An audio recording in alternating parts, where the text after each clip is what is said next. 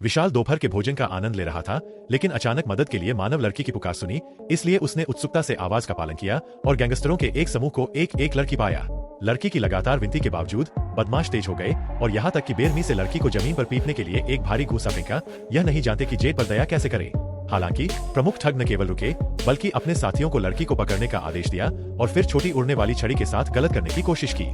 यह देखकर कि लड़की अशुद्ध होने वाली थी, धर्मी विशालकाय अचानक क्रोधित हो गया, पागलों की तरह दहाड़ा और पेड़ को हथियार के रूप में उखाड़ते हुए आदिम जंगल से बाहर निकल गया। यह देखकर गैंगस्टर तुरंत भागना चाहते थे, लेकिन पाया कि उनके पैर अब आज्ञाकारी नहीं थे और उन्हें तुरंत दिग्गजों द्वारा पीटा गया था। एक मांस पैटी बन गया और फिर इसे अपनी सारी ताकत के साथ बाहर निकाल दिया। दो बेवकूफ लोगों को नरक की 18वीं परत में वापस दस्तक दी। इस समय किसी ने वापस गोली मारने की कोशिश की, लेकिन पाया कि गोली का विशाल की हिंद स्किन पर कोई प्रभाव नहीं पड़ा, जब तक कि पत्रिका खाली नहीं हो गई और विशाल ने उसे गर्दन से पकड़ लिया और उसके सिर को एक मुक्के से तोड़ दिया। गैंगस्टर नेता के पास अपनी पैंट पहनने का समय नहीं था, इसलिए वह केवल दया की भीख मांगता रह सकता था, लेकिन तब तक बहुत देर हो चुकी थी। अगले ही पल उसका सिर तरबूज की तरह कुचल गया।